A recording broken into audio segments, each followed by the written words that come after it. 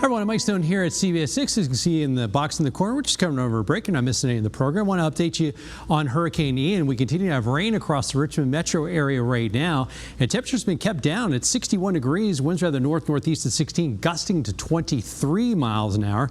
So it'll be a breezy to windy, rainy rest of the day. And we have temperatures widespread in the 50s to low 60s as of right now. And some of the wind gusts are starting to pick up in some spots near 30 miles an hour, near 40 down by Norfolk and Virginia Beach. For our day today, we will have rain heavy at times, and that'll last into tonight.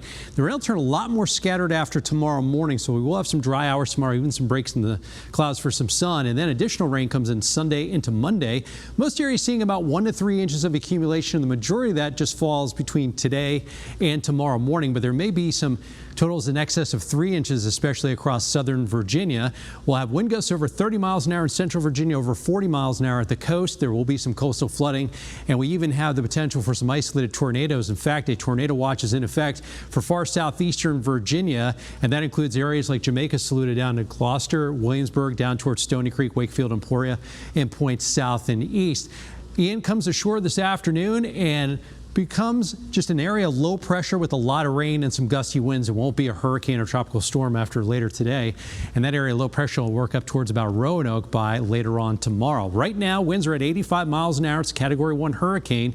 We've been seeing some waves of rain on the northern end of Ian coming across the area.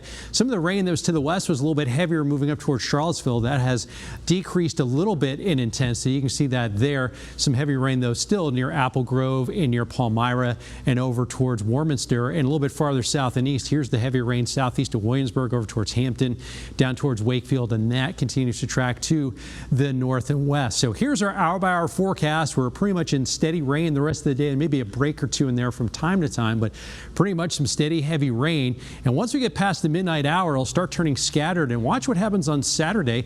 The rain starts to shift more so towards western and northern Virginia most of the day, and we'll probably even have some breaks in the clouds for a little bit of sunshine across central Virginia. And then as that area low pressure spins around, it'll wrap more rain back into the area during the day Sunday, especially late afternoon into the evening. And some of that rain will last into the first part of Monday as well.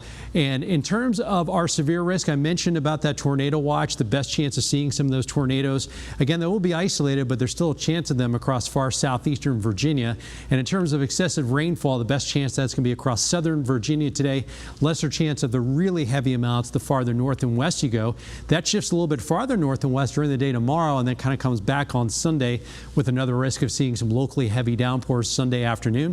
This is a plot from the National Weather Service. The potential rainfall essentially is about 1 to 3 off towards the west, and the farther south and east you go, there's the potential for seeing over 3 inches of accumulation. So taking a look at the advisories, the wind advisory along the coast and also areas well west of I-95. While some gusts over 30 miles an hour in central Virginia, over 40 near the coast. There's the flood watch for southern Virginia, and we also have coastal flood advisories and warnings for the coast.